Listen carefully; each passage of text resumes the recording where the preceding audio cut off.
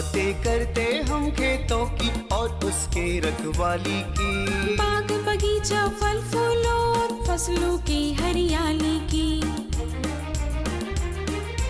हम बीजों की बातें करते उत्तम जल संसाधन की।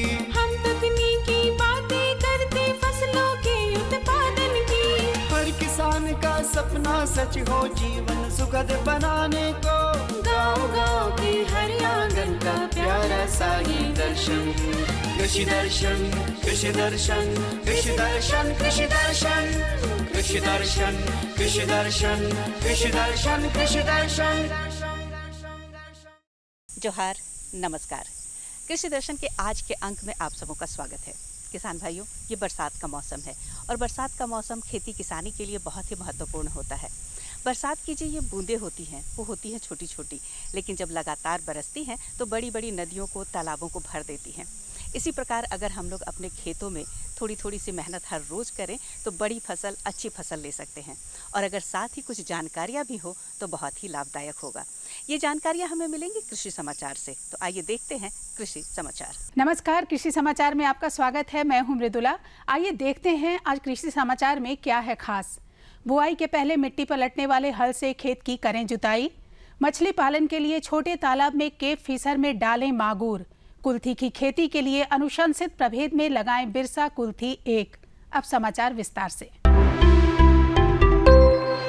किसान भाई किसी भी फसल की बुआई के पहले एक बार मिट्टी पलटने वाले हल से और 3-4 बार देशी हल से जरूरत के अनुसार जुताई करके खरपतवारों को निकाल देना चाहिए। मछली पालन के लिए छोटे तालाब में केप फिशर में मागूर डाला जा सकता है। इसमें कम समय में अच्छा ग्रोथ होता है, लेकिन इसे भोजन पर्याप्त देने की ज़रूरत है। इसके साथ ही छोटे तालाब में कतला मछली का भी चयन किया जा सकता है, क्योंकि कतला मछली ऊपरी सतह पर रहती है और बढ़वार तेजी से होती है, जिससे अधिक लाभ होता है। किसान भाई, यदि आप SRI विधि से धान फसल की खेती कर रहे हैं तो 15 दिन के बिचड़े को ही लगाएं। यदि 15 दिन में बिचड़ा नहीं लगा पाएं तो SRI विधि से रोपा नहीं करें और अन्य विधि अपनाएं। SRI विधि या इसको हिंदी में श्री विधि भी बोलते हैं। ये धान उत्पादन की ऐसी तकनीक है जिसमें बहुत कम लागत में और बहुत ज़्यादा पैदावार किसान भाई ले सकते हैं, है ना। जैसे अभी तक जो आप परंपरागत ढंग से जो आप खेती कर रहे थे, यानी रोपा विधि से कर रहे थे, या फिर आप टाण ज़मीन में डायरेक्ट सीडेड पैडी लगाते थे, मतलब छिटवा धान जिसको बोलते हैं, तो छिटवा धान हो गया या जो रोपा वाला जो धान हो गया, उसमें जो लागत आती है उससे बहुत कम लागत में SRI विधि में किसान खेती कर सकते हैं और इनकी पैदावार जो है हमको लगता है कि रोपा से कम दुगनी मिलनी चाहिए। कुल्थी की खेती से अधिकाधिक उत्पादन लेने के लिए 20 किलोग्राम बीज प्रति हेक्टेयर लगाएं। कतार से कतार की दूरी 30 सेंटीमीटर और बीज से बीज की दूरी 10 सेंटीमीटर रखें। बेहतर उत्पादन के लिए अनुशंसित प्रभेद में बिरसा कुल्थी 1 लगाएं। कुल्थी की खेती के लिए खेत की तैयारी करते समय 2 से 3 बार देशी हल से खेत की अच्छी तरह जुताई करके पाटा चला दें। कुल्थी की खेती ऊपर वाली जमीन में होती है, जिसमें पानी का जमाव नहीं होता है। किसान भाई खेत में मेड़ बनाने के लिए बंड फार्मर नामक कृषि यंत्र का प्रयोग कर सकते हैं। इसकी कार्यक्षमता कार्यानुसार है। आज की विशेष जानकारी है बैगन फसल में फल छेदक कीट के रोकथाम के बारे में। बैगन फसल में यदि 5% से अधिक फल छेदक कीट का प्रकोप दिखे तो साइपरमेथ्रिन 25 EC दवा 200 ग्राम प्रति हेक्टेयर की दर से घोल बनाकर फसल पर छिड़काव करें, या कार्बोरिक WP 3 ग्राम प्रति लीटर पानी की दर से घोल बनाकर फसल पर छिड़काव करें। और अब एक नजर राज्य के 5 प्रमुख शहरों के मौसम के मिजाज पर। आज राज्य के 5 प्रमुख नगरों के अधिकतम और न्यूनतम तापमान कुछ इस प्रकार दर्ज किए गए। रांची का अधिकतम तापमान 32 डिग्री सेल्सियस और न्यूनतम 24 डिग्री सेल्सियस। जमशेदपुर का अधिकतम तापमान 32 डिग्री सेल्सियस और न्यूनतम 25 डिग्री सेल्सियस। मेदिनीनगर का अधिकतम तापमान 32 डिग्री सेल्सियस और न्यूनतम 24 डिग्री सेल्सियस। देवघर का अधिकतम तापमान 32 डिग्री सेल्सियस और न्यूनतम 23 डिग्री सेल्सियस। धनबाद का अधिकतम तापमान 32 डिग्री सेल्सियस और न्यूनतम 24 डिग्री सेल्सियस रहा।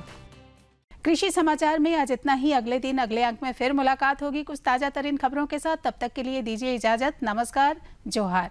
कृषि समाचार में अभी आपने देखा खेती किसानी से जुड़ी हुई खबरें, मौसम का हाल और मंडी का भाव। रुकते हैं एक छोटे से विराम के लिए, बाकी की बातें इस विराम के बाद।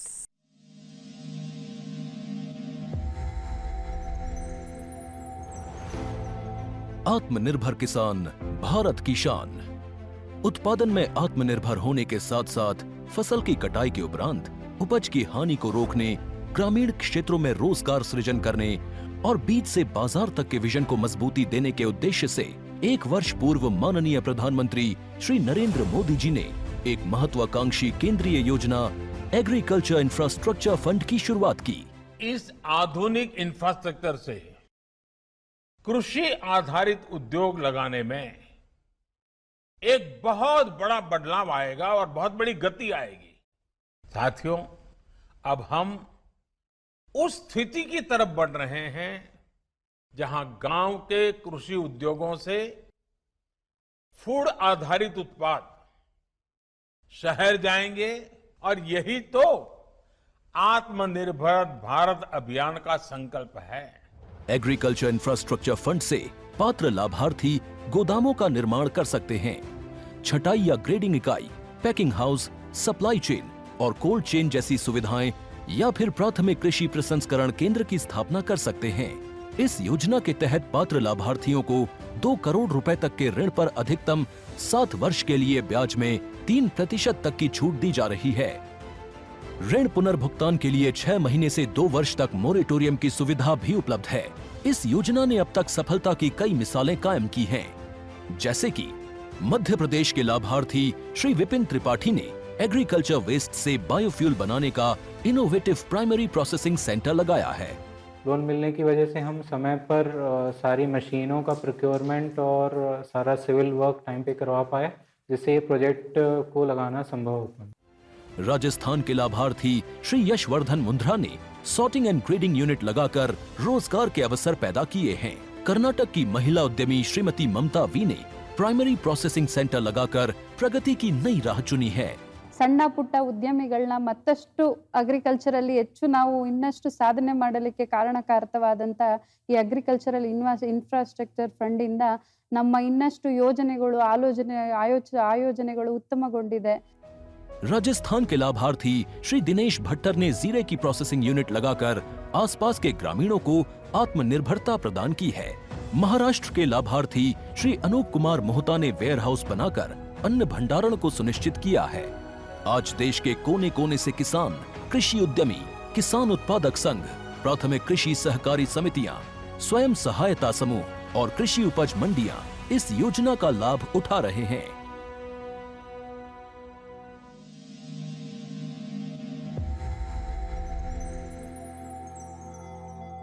ये जो कीट पतंग होते हैं वो हमारी फसलों को बहुत नुकसान पहुंचाते हैं और इससे बचाव के लिए अगर समन्वित कीट प्रबंधन किया जाए तो इसका बहुत लाभ मिलता है। धान की फसल में कैसे करें समन्वित कीट प्रबंधन, पूरी जानकारी आपको दिलाते हैं इस कार्यक्रम के माध्यम से। किसान भाइयों, आपने धान की फसल लगा ली होगी और इस फसल के दौरान कई तरह की दिक्कतें भी आ रही होंगी, जिसमें कि कीट भी एक समस्या होगी। तो आज हम बात करेंगे कि धान फसल में लगने वाले कीट का किस तरह से आप समन्वित प्रबंधन करें, अपनी फसलों का बचाव करें और सुरक्षित उत्पादन लें। और इस महत्वपूर्ण विषय पर जानकारी देने के लिए हमारे साथ उपस्थित है डॉक्टर रविंद्र प्रसाद।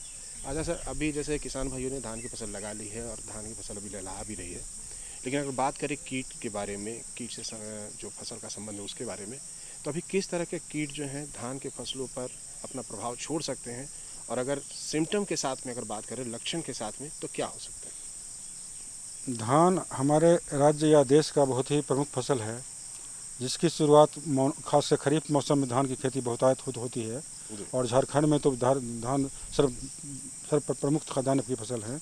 तो इसमें लगने वाले जो कीड़े होते हैं, उन कीड़ों का जो हम नाम गिनने जा रहे हैं, तो सबसे पहले तो हम कहेंगे तना छेदक, सौड़ा कीट, बभनी, बकिया, गंधी बग, ये जो कीड़े हैं जी, ये प्रमुख रूप से धान में आक्रमण करते हैं, जिसका अवस्थावार आक्रमण होता है। अगर हम अवस्थावार कीड़ों की आक्रमण की चर्चा करें जी, तो उस हालत में सबसे पहले चूँकि बिचड़ा जो तैयारी होती है जी, गीले खेत में होती है और अर्ध गीले में होती है। जी, तो जो अर्ध गीले खेत में होती है वहाँ दीमक का प्रकोप भी होता है। तो दीमक से बचाने के लिए अगर उस पौधशाला में दीमक का प्रकोप हो रहा है तो उस परिस्थिति में क्लोरपाइरीफॉस नामक रसायन का 4 ml प्रति लीटर पानी में घोल बनाएं, अथवा इमिडाक्लोप्रिड नामक तरल कीटनाशी है उसका 2 मिलीलीटर प्रति लीटर के जल से जलीय घोल बनाएं और उस जलीय घोल का छिड़काव पौधशाला के ऊपर खड़ी का जो पौध है, नवजात पौध, उसके ऊपर कर दें तो दीमक से आक्रमण से आप पौधशाला में ही बिचड़ों को बचा सकते हैं। जी, उसके अलावा जब आप रोपाई करने जा रहे होते हैं तो उसके 5 से 7 दिन पहले उस पौधशाला में कार्बोफ्यूरॉन नाम का दानेदार कीटनाशी 3 ग्राम प्रति वर्ग मीटर की दर से अथवा 1 ग्राम प्रति वर्ग मीटर की दर से फिप्रोनिल नामक दानेदार दवा का खाद की तरह छिड़क दें और उसके बाद हल्की सिंचाई कर दें और तब 1 सप्ताह के बाद जब 3 सप्ताह का आपका बिचड़ा तैयार हो जाएगा उसको रोपाई के लिए उखाड़ सकते हैं। जी, उसके बाद जब खेत की तैयारी होती है मुख्य खेत की, तो उसमें आप बिचड़ा जब उखाड़ते हैं तो यथासंभव बिचड़े के जड़ों का उपचार भी आप क्लोरपाइरीफॉस नामक तरल कीटनाशी का 3 ml प्रति लीटर पानी में घोल बना करके जलीय घोल से उसके जड़ को उपचारित करते हुए तब लगाएंगे। तब भी प्रारंभिक अवस्था में जो मुख्य खेत में खेती करेंगे तो उसमें भी बहुत हद तक कीड़े का प्रकोप कम से कम 1 महीने तक नहीं होगा या कम होगा। जी, उसके अलावा जब रोपाई कर रहे होते हैं धान में बिचड़ा उखाड़ने के बाद, तो रोपाई करने के 3 सप्ताह बाद कार्बोफ्यूरॉन नामक दानेदार कीटनाशी का 30 किलो प्रति हेक्टेयर की दर से अथवा फिप्रोनिल नामक दानेदार कीटनाशी का 25 किलो प्रति हेक्टेयर की दर से खाद की तरह छिड़काव करें मुख्य खेत में। लेकिन शर्त यही है कि आपका धान में जो पानी की मात्रा हो बहुत ज़्यादा भी नहीं हो, 2-3-4 सेंटीमीटर हो और बहता हुआ पानी नहीं हो, अस्थिर पानी हो, यानी मेड़ बंधे होने चाहिए। खड़ी फसल में किसी तरह का कीट लग गया है तो कौन सा लक्षण उभर कर आता है खेतों में जिसको किसान भाई देख करके उपचार करना शुरू करें? खड़ी फसल में अगर साढ़ा कीट का प्रकोप होता है जी, जो कि साढ़ा कीट का प्रकोप उसका टिलरिंग या जो उसमें कल्ले निकलते उसके पहले ही तक हो सकता है, बुआई से लेकर के कल्ले निकलने के ठीक पहले तक जी, और उसमें उसका लक्षण क्या है कि अगर धान का मुख्य तना प्याज के पत्तों जैसा निर्मित हो जाए और उसको खोलना चाहें तब खुले भी नहीं, तो ये दर्शाता है कि उसमें साढ़ा कीट का प्रकोप हुआ है।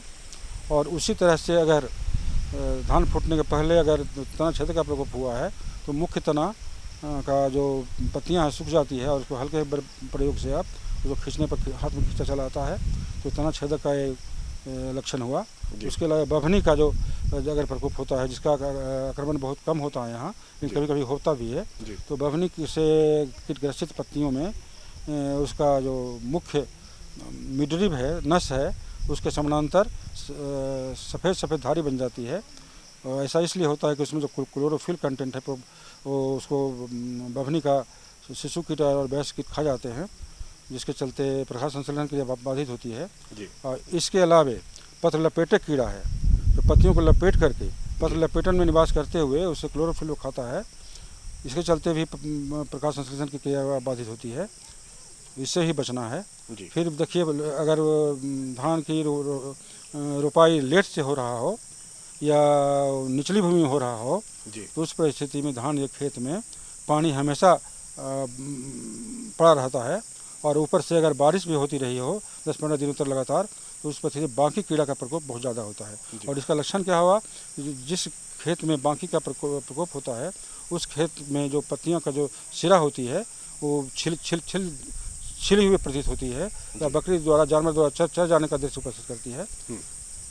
तो ये सारे कीड़ों का लक्षण हम अब वर्णित कर चुके हैं। खास करके जो तना छेदक यहाँ के किसानों को ज़्यादा परेशान करता है उसके लिए क्या उपाय करें? दूसरी बात है कि यहाँ के किसान आर्थिक रूप से उतने संपन्न नहीं है कि रासायनिक कीटनाशकों का प्रयोग कर पाएँ खरीद कर, तो क्या जैविक आधार पर भी कुछ बनाकर डोमेस्टिक लेवल पे भी इसका प्रयोग कर सकते हैं? जैविक कीटनाशी में अगर यहाँ का जो करंज का तेल जी, या नीम का तेल में से किसी का 3 ml 4 ml प्रति लीटर पानी में घोल बनाएं और उस घोल जलीय घोल में चूँकि तेल पानी में घुलता नहीं है जी, तो उसमें कोई वेटिंग एजेंट जो बाज़ार में एस्टिकॉल के नाम से भी बिकता है या वॉशिंग पाउडर जो होता है कपड़े धुलने का, उसको भी अगर आप हर 15 टंकी में 1 चुटकी 2 चुटकी उसमें डाल करके कीटनाशी के साथ स्प्रे करेंगे तो घोल बनेगा। तो उसके द्वारा भी आप जैविक नियंत्रण इन कीड़ों का कर सकते हैं। कार्यक्रम का समय समाप्त हो रहा है, तो चलते चलते हमारे किसान भाइयों का विशेष कोई सलाह देना चाहें कि जो कीट से उनके धान की फसल है उनको सुरक्षित रख पाएँ, उत्पादन सही कर पाएँ। बालियाँ फूटते समय बाली जब फूट जाता है और उसमें जब दूध भरने की अवस्था आती है तो गंधी नामक कीड़ा का आक्रमण होता है जो उसके दूध को चूस डालते हैं, जिसके चलते उसमें दाने नहीं भर पाते हैं। तो उससे बचने के लिए जैविक रूप में अगर बचाना है तो नीम का तेल 3-4 ml प्रति लीटर पानी में घोल बना लें, जैसा पहले हम बता चुके हैं। अथवा रासायनिक कीटनाशी अगर देना चाहते हैं तो उसके लिए फ्लूबेंडियन नामक जो फेम के नाम से बिकता है उसका 1 ml प्रति 3 लीटर पानी में घोल बना करके जलीय घोल का छिड़काव करें। अथवा किनोल फॉस का जो धूल आता है बाजार में उसका 20 किलो प्रति हेक्टेयर की दर से सुबह के बेला में जब शीत पौधा पर होता है उसमें उसका छिड़काव कर दें, तो ऐसा करके गंधी बग से होने वाले नुकसान को आप रोक सकते हैं और भरपूर उपज ले सकते हैं। जी, तो किसान भाइयों, देखा आपने कि हमारे विशेषज्ञ ने काफ़ी अच्छे ढंग से बताया कि धान की फसल में किस तरह से जब कीट का प्रभाव हो या उसका प्रकोप हो तो कैसे अपनी फसल को बचाएं। और जो भी सर ने बताया इनकी अनुशंसा को पूरी तरह से अगर अपने खेतों में अमल करते हैं तो निसंदेह आपकी फसल सुरक्षित रहेगी। सर, आप हमारे कार्यक्रम में आए, हमारा किसान भाइयों से जुड़े, इतनी अच्छी और महत्वपूर्ण जानकारी दी, इसके लिए आपको बहुत बहुत धन्यवाद। तो जैसा कि अभी हम लोग बातें कर रहे थे कीट प्रबंधन के बारे में, कितना ही अच्छा हो अगर हम जैविक कीटनाशक का निर्माण खुद करें और उसका इस्तेमाल भी खुद करें। कैसे करेंगे जैविक कीटनाशकों का निर्माण और क्या है उसकी प्रयोग की विधि, पूरी जानकारी इस कार्यक्रम के माध्यम से। आज हम बात करेंगे जैविक कीटनाशकों का निर्माण एवं उसके उपयोग के बारे में, और इस विषय पर जानकारी देने के लिए आज हमारे साथ है बिरसा एग्रीकल्चर यूनिवर्सिटी के विशेषज्ञ डॉक्टर मनोज कुमार बर्णवाल। तो साहब, जैसा कि आज का विषय हमने लिया है जैविक कीटनाशकों का निर्माण, तो सबसे पहले आप हमारे किसान भाइयों को बताएं कि जैविक कीटनाशक है क्या और इसका निर्माण कैसे हमारे किसान भाई करेंगे। किसान भाई, जैविक कीटनाशी ऐसे कीटनाशी हैं जिसको जैविक विधि से और कह सकते हैं कि जो जीवित पदार्थ हमारे हैं, जैसे मान लीजिए कि कुछ गाय है उनको गोबर देती है, गाय के मूत्र से हम लोग दवा बनाते हैं, ठीक उसी तरह से नीम के पत्ते से हम लोग दवा बनाते हैं। ये सब जितने सब हैं इससे जो दवा बनती है खास करके उसी को हम लोग जैविक कीटनाशी बोलते हैं। और जहाँ तक इसकी महत्व का बात है तो जैसा कि किसान भाई आप जानते हैं कि 1970 में हमारे देश में हरित क्रांति आई, 70 के बाद हमारे हरित क्रांति आई थी। 70 के पहले हम लोग भोजन में का जुगाड़ में लगे रहते थे और हम अपने पूरे भारतवासियों को जो भोजन की ज़रूरत थी वो भोजन हम दे नहीं पाते थे। तो जिसके कारण से सही अर्थ में पूछा जाए तो हमारे जो हरित क्रांति आई उसके बाद में जो हमारे ज़रूरत के लिए जो भोजन की ज़रूरत पड़ा तो उसकी पूर्ति हम लोग उसके माध्यम से कर लिए। लेकिन उस हरित क्रांति में हम लोगों से कुछ गलतियाँ हो गई। गलतियाँ ये हो गई कि हम लोग हरित क्रांति के समय में अंधाधुंध केमिकल्स का हम लोग प्रयोग किए, चाहे वो खाद के रूप में हो चाहे वो दवा के रूप में हो। तो उस केमिकल्स का जो प्रयोग किए उसके कारण से अब हमको उसका कुछ बुरे परिणाम भी खासकर देखने को मिल रहे हैं, क्योंकि केमिकल्स डालने से खास करके मिट्टी में जो भी सूक्ष्म जीवाणु होते हैं वो मरने लगते हैं। वही नहीं, इवन जो हमारे वातावरण में वो प्रदूषित भी करते हैं। तो वो प्रदूषित होने के कारण से बहुत सा नई नई बीमारियाँ आ रही हैं।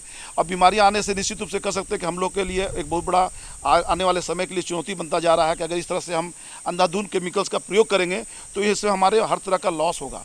तो उसके बदले में कुछ हम लोग ऐसा काम करें ताकि हमारा कुछ लॉस भी नहीं हो और हम कह सकते हैं कि हमारा समस्या का समाधान भी हो जाए। जो खास करके दवा के रूप में हम लोग जो केमिकल्स यूज कर रहे हैं उसके जगह पर हम जैविक कीटनाशी को यूज करें।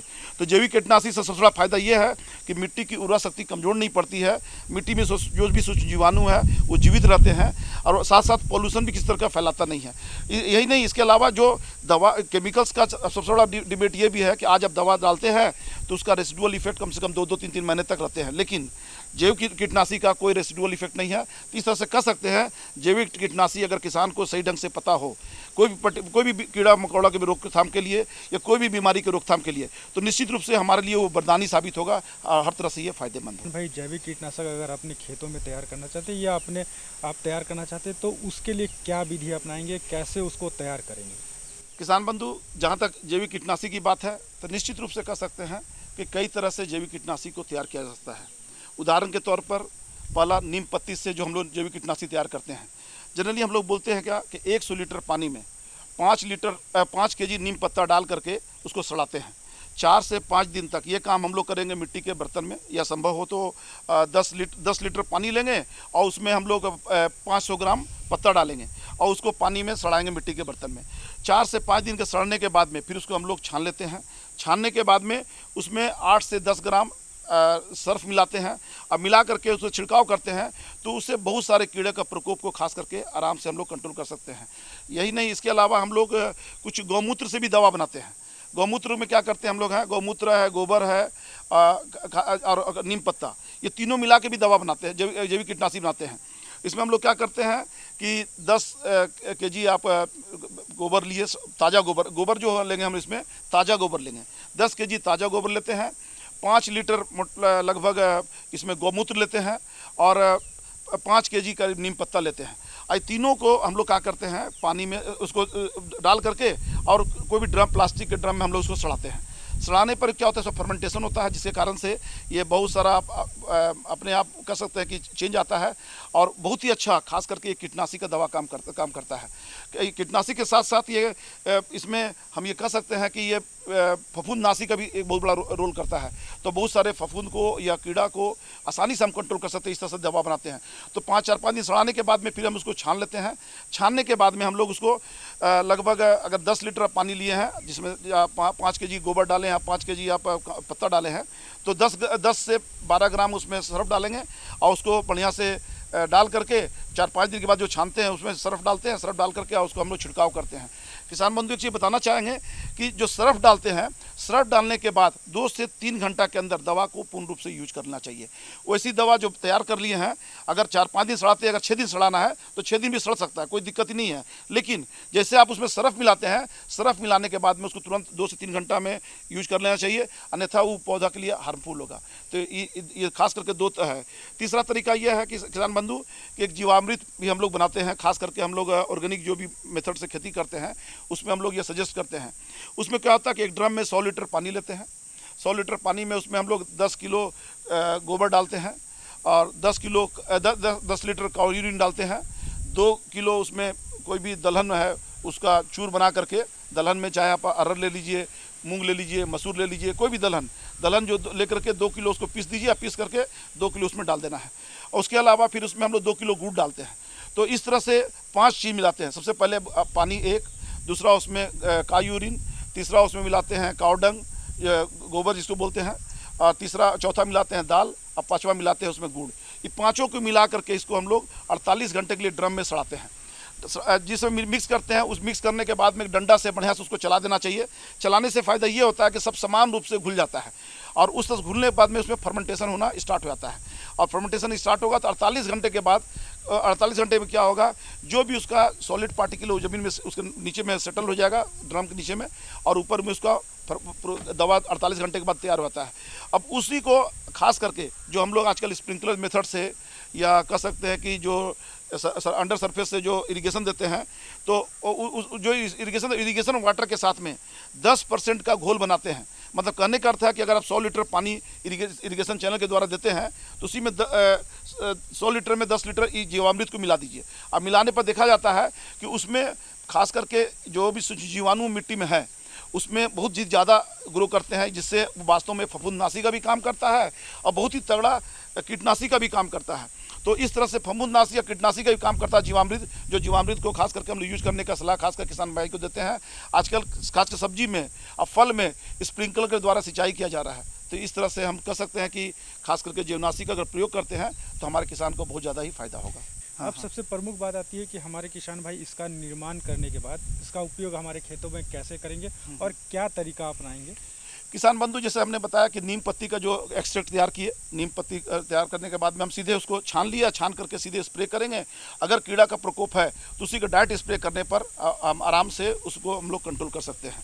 ठीक उसी तरह से जैसे मैंने जीवामृत के बारे में बताया, तो जीवामृत के बारे में यही सलाह दिया जाता है कि खास करके जो सिंचाई हम लोग करते हैं, तो सिंचाई के जो इरिगेशन चैनल होता है उसी में पानी में हम लोग उसको थोड़ा थोड़ा करके मिलाते रहते हैं। मैंने ड्रम में कहने का मतलब, एक ड्रम में 100 लीटर पानी रख दिए और उसी में हम लोग क्या हुआ कि 10 लीटर जीवामृत मिला दिए। अब मिला करके उसे स्प्रिंकलर से जो सिंचाई करते हैं उसी से हम लोग उसको देते रहते हैं। यही नहीं, खास करके जो हमने बताया, खास करके कि गुड़ है या कह सकते हैं कि नीम पत्ती है और कावडंग है जो हम लोग मिक्स करके बनाते हैं, उसका भी घोल हम लोग उसको छान लेते हैं। छानने के बाद उसका हम लोग 5 से 10% का घोल बना करके और छिड़काव करेंगे तो निश्चित रूप से कह सकते हैं कि छिड़काव करके भी हम आसानी से बीमारी को रोक सकते हैं। देखा किसान भाई, डॉक्टर साहब ने कितनी अच्छी जानकारी दी जैविक कीटनाशकों का निर्माण एवं उसके उपयोग के बारे में। डॉक्टर साहब, आप हमारे इस कार्यक्रम में इतने अच्छी जानकारी, इसके लिए आपका बहुत बहुत धन्यवाद। धन्यवाद किसान भाई। तो देखा किसान भाइयों आपने, अगर हम चाहें तो जैविक कीटनाशकों का निर्माण कर सकते हैं और उसका उपयोग भी कर सकते हैं।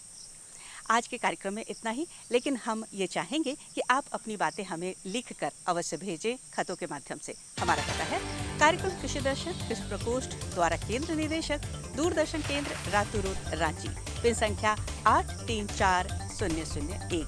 तो पूरी टीम के साथ मुझे दीजिए इजाज़त। जोहार, नमस्कार।